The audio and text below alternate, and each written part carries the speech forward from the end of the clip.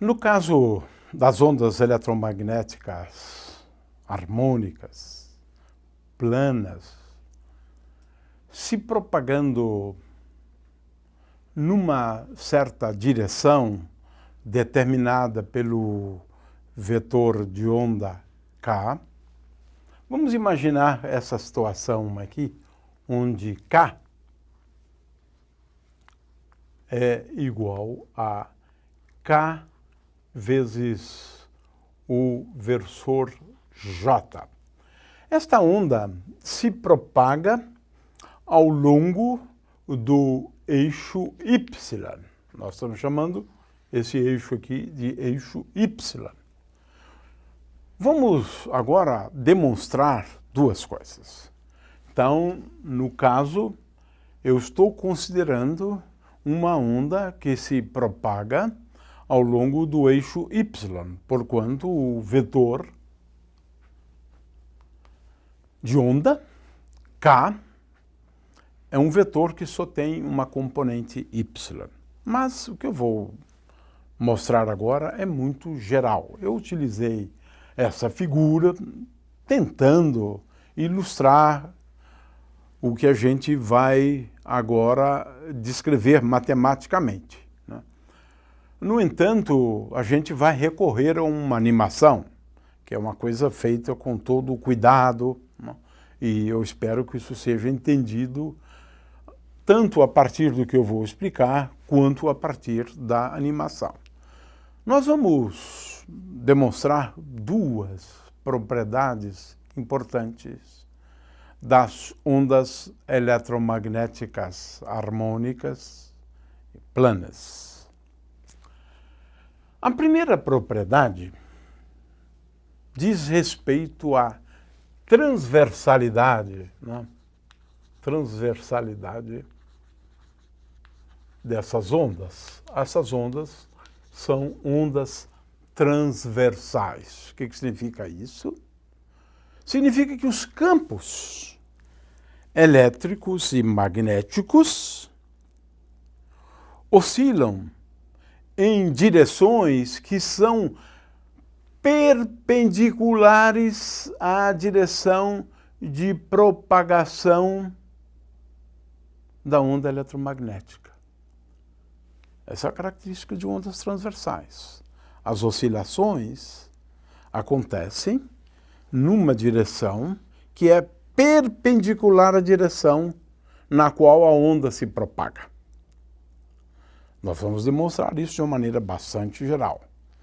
As ondas eletromagnéticas harmônicas planas são ondas transversais. Os campos elétricos e magnéticos são perpendiculares a K. É isso. É isso. Então vamos deduzir isso. Não é nada difícil, é facílimo deduzir. Por quê? Se eu considerar um campo elétrico tal que E é igual a E0 vezes I K escalar R menos ômega T, é claro que B é a mesma coisa, B é igual a B0, vezes E elevado a I vezes KR menos ômega T. Então, vamos calcular o divergente desse campo elétrico. Divergente de E. Como é que eu calculo o divergente de E? Eu considero, né, a componente X, derivo com respeito a X, mais a componente Y, derivo com respeito a Y, finalmente mais a componente Z com respeito a Z. Não é nada difícil, né, perceber o seguinte: se eu derivar a componente X, é claro que aqui eu vou ter E0x vezes, agora, Isso aqui é 0x, a componente x do campo elétrico, e agora eu devo derivar E elevado a I com respeito a x. E o que eu vou encontrar aqui é I vezes kx. Esse é o primeiro termo. O segundo termo é I mais I vezes E0y vezes KY mais I vezes E0Z vezes KZ. A conclusão é o seguinte, é que o divergente de E, como o divergente de E é igual a zero, o que nós temos então? É que E0x vezes kx mais E0y vezes ky mais E0z vezes kz é igual a zero. Ou seja, em última análise, na realidade, como eu tenho aqui sempre E elevado a IKR, isso aqui significa o seguinte, K escalar E é igual a zero. De onde veio isso? Do fato de que o divergente de E é igual a zero. Eu utilizei aqui divergente de E é igual a zero. Ou seja, essa condição leva a esse resultado.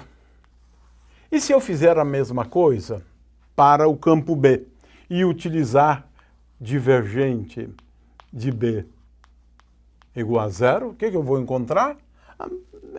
É a mesma continha. Eu vou encontrar que K escalar B é igual a zero. Aqui está. Divergente de E igual a zero implica que K escalar E igual a zero. Divergente de B igual a zero implica que K escalar B igual a zero.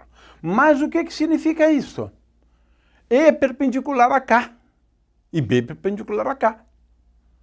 É isso que está escrito? K escalar E igual a zero. Portanto, eles têm um ângulo de 90 graus entre eles. As ondas, portanto, são ondas transversais. Esta é a conclusão. A transversalidade da onda vem desta equação e dessa equação. Divergente de E igual a zero e divergente de B igual a zero.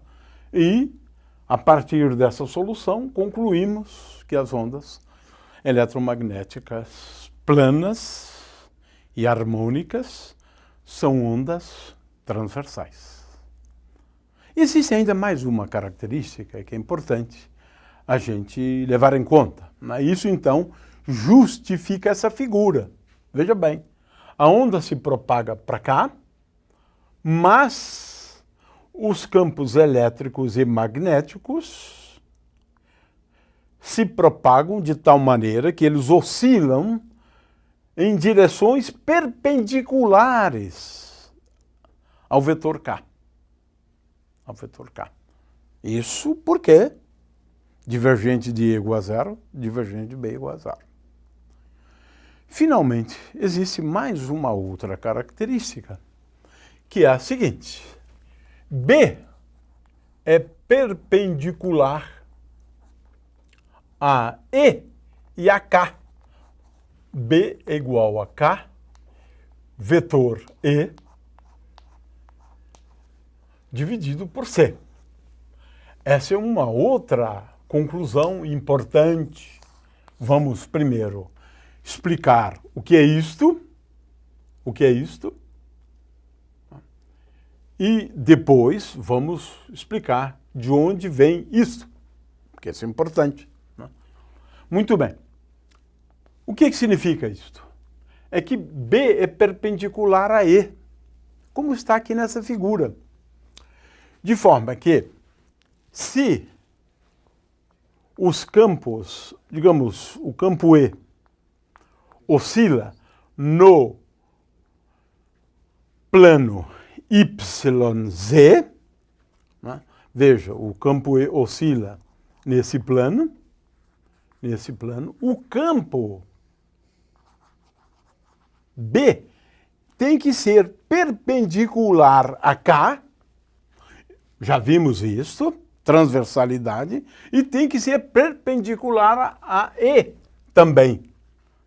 Portanto, se o campo elétrico oscila no plano ZY, o campo B, esse aqui é o campo B é perpendicular a E. Consequentemente, o campo B vai oscilar em planos perpendiculares a esse plano YZ, ou seja, no plano XY. O campo B há de estar sempre no plano XY. Porque B é perpendicular a E e a K. Claro que vale a mesma coisa para E.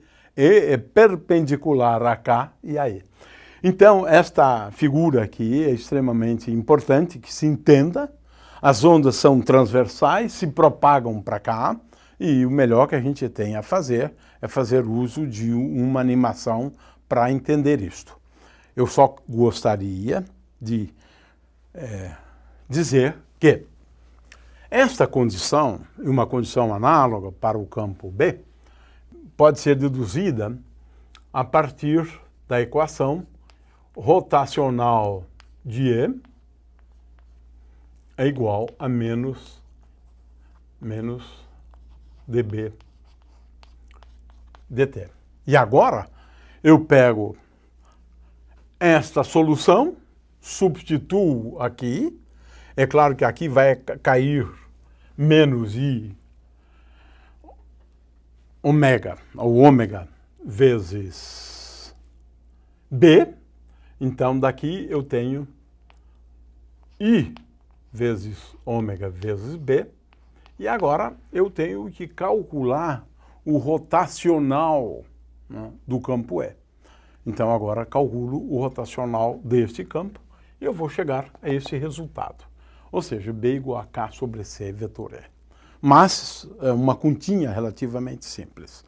Ou seja, o campo B é perpendicular ao campo B é perpendicular ao campo E e perpendicular os dois à direção de propagação, de acordo com o que a gente tem nessa animação, né?